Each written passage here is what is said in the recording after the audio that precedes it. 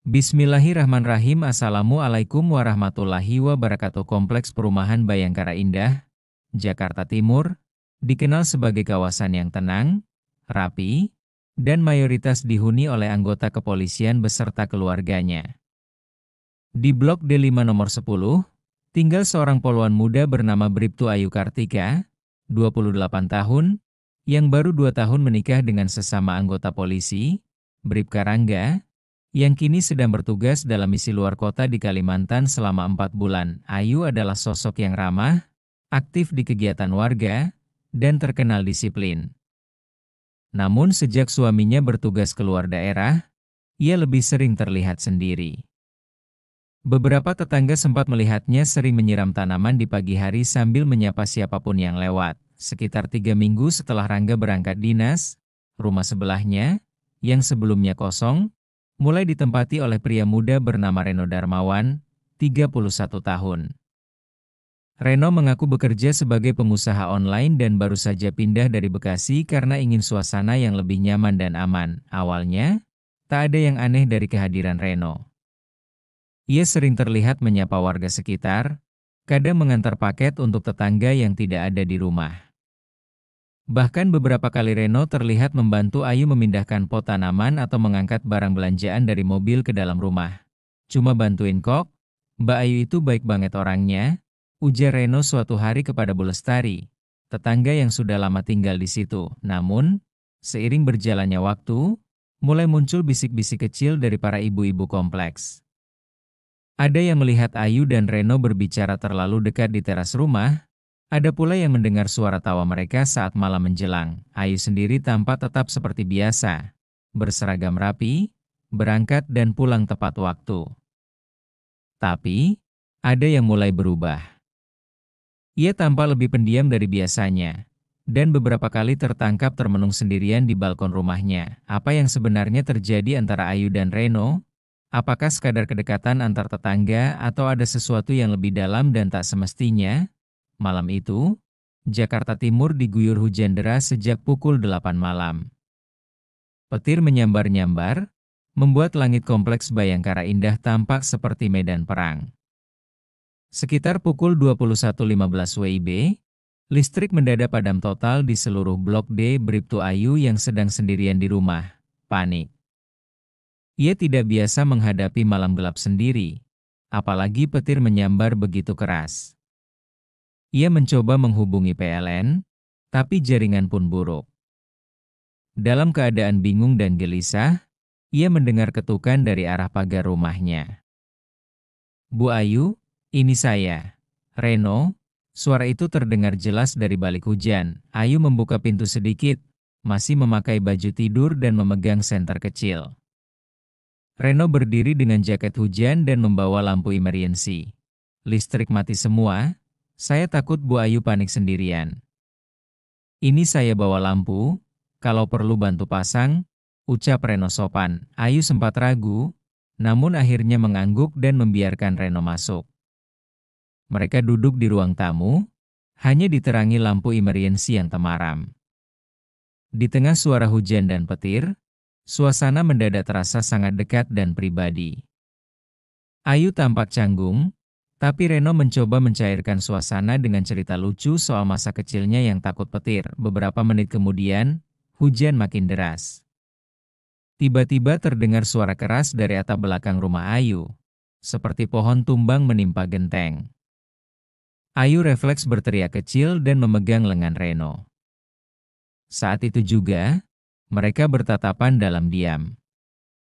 Wajah Reno mendekat, dan detik demi detik terasa melambat. Namun, tepat sebelum terjadi sesuatu yang lebih jauh, Ayu berdiri cepat dan berkata pelan, "Maaf, kamu harus pulang.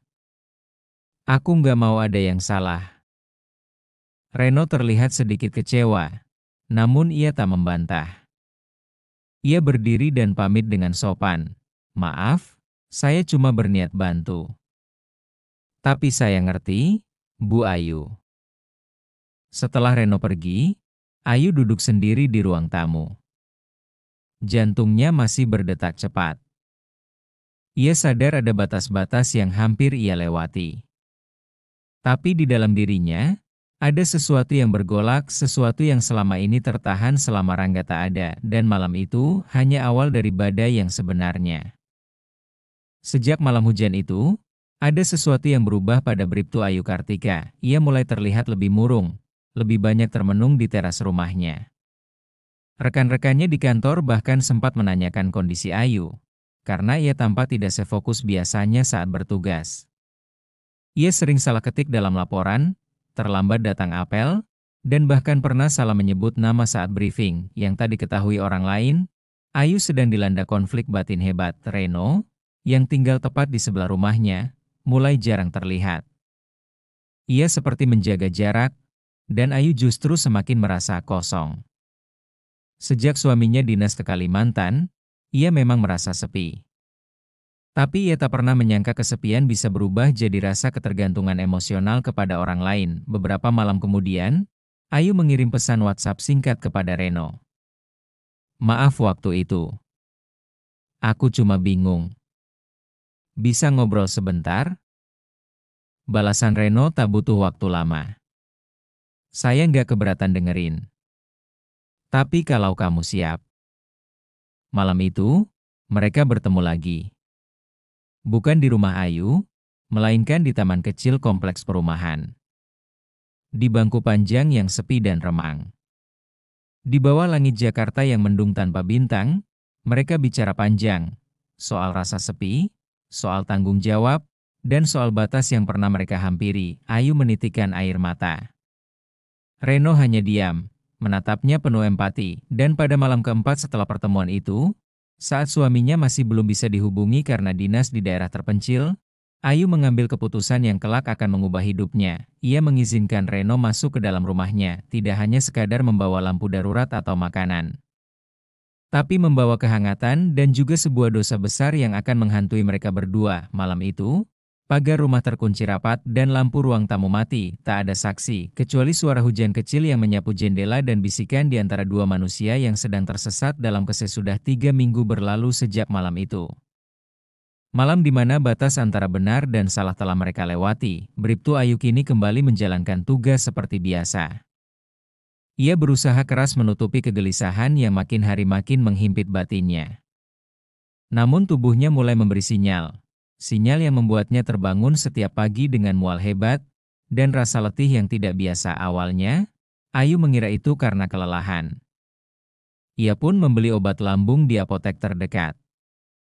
Tapi saat jadwal apel pagi di kantor, ia hampir pingsan saat berdiri di barisan. Rekannya, Bribtu Rika, langsung menghampiri dan membawanya ke klinik Polres. Setelah diperiksa oleh dokter, kalimat yang keluar membuat jantung Ayu berhenti berdetak sejenak.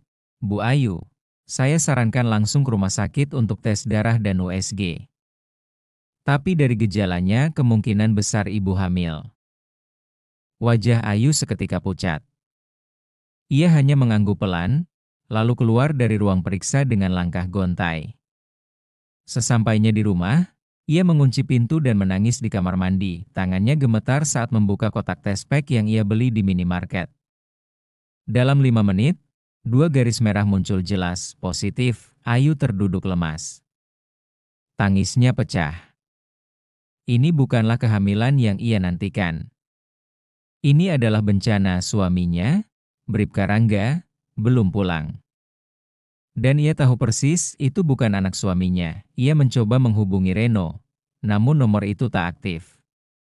Diketuk pintu rumah sebelah, tidak ada jawaban. Reno menghilang. Hari-hari berikutnya, Ayu seperti berjalan di atas bara api. Setiap detik terasa menyiksa. Di luar, ia masih mengenakan seragam kehormatan sebagai polwan.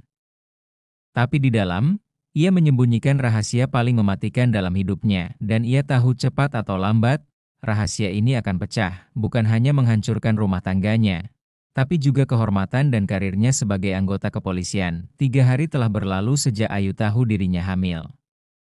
Dalam 3 hari itu pula Reno menghilang begitu saja. Tak ada kabar, tak ada jejak. Rumah di sebelah tampak kosong, lampu tak pernah menyala, dan tak satupun penghuni keluar masuk. Ayu, yang sudah diambang kehancuran mental, akhirnya memberanikan diri mendatangi rumah Reno. Ia mengenakan jaket dan topi untuk menyamarkan diri, berjalan cepat ke arah pagar rumah sebelah yang tampak sepi. Saat ia coba dorong, pagar itu tidak dikunci. Pelan-pelan Ayu masuk dan mengetuk pintu depan. Tidak ada jawaban. Tapi rasa penasarannya lebih besar daripada rasa takut. Ia pegang gagang pintu dan mendorongnya perlahan. Pintu terbuka, rumah itu kosong, benar-benar kosong, bukan hanya tak berpenghuni, tapi perabotan di dalamnya pun sudah tak ada. Sofa lenyap, meja makan hilang, hanya debu dan bekas-bekas lakban di lantai tempat barang-barang besar pernah diletakkan. Ayu terdiam. Nafasnya tercekat. Bagaimana bisa secepat ini? Baru 2 minggu lalu Reno masih duduk bersamanya di ruang tamu. Kini, bahkan jejak kakinya pun hilang. Saat Ayu berjalan ke arah dapur, ia menemukan satu hal yang membuatnya nyaris pingsan. KTP fotokopi milik Reno tertinggal di rak dapur, tapi namanya bukan Reno Darmawan. Nama di KTP itu adalah Budi Saputra, lahir di Semarang, dengan alamat domisili yang berbeda dari yang pernah ia sebutkan. Ayu gemetar. Ia cepat-cepat memotret KTP itu dengan ponselnya. Kepalanya penuh pertanyaan, siapa sebenarnya pria itu? Mengapa ia berpura-pura jadi tetangga?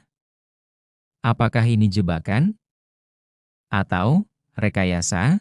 Ayu mulai merasa ini bukan sekadar skandal pribadi. Bisa jadi ia telah dijebak. Dan lebih buruk lagi, bisa jadi karir serta nama baik suaminya juga sedang dibidik. Dengan wajah pucat dan tubuh lemas, Ayu kembali ke rumah. Ia sadar, apapun yang sedang terjadi, ini lebih besar dari sekadar aib pribadi, dan kini ia harus memilih, melawan dan membuka semuanya atau diam dan hidup dalam kebohongan.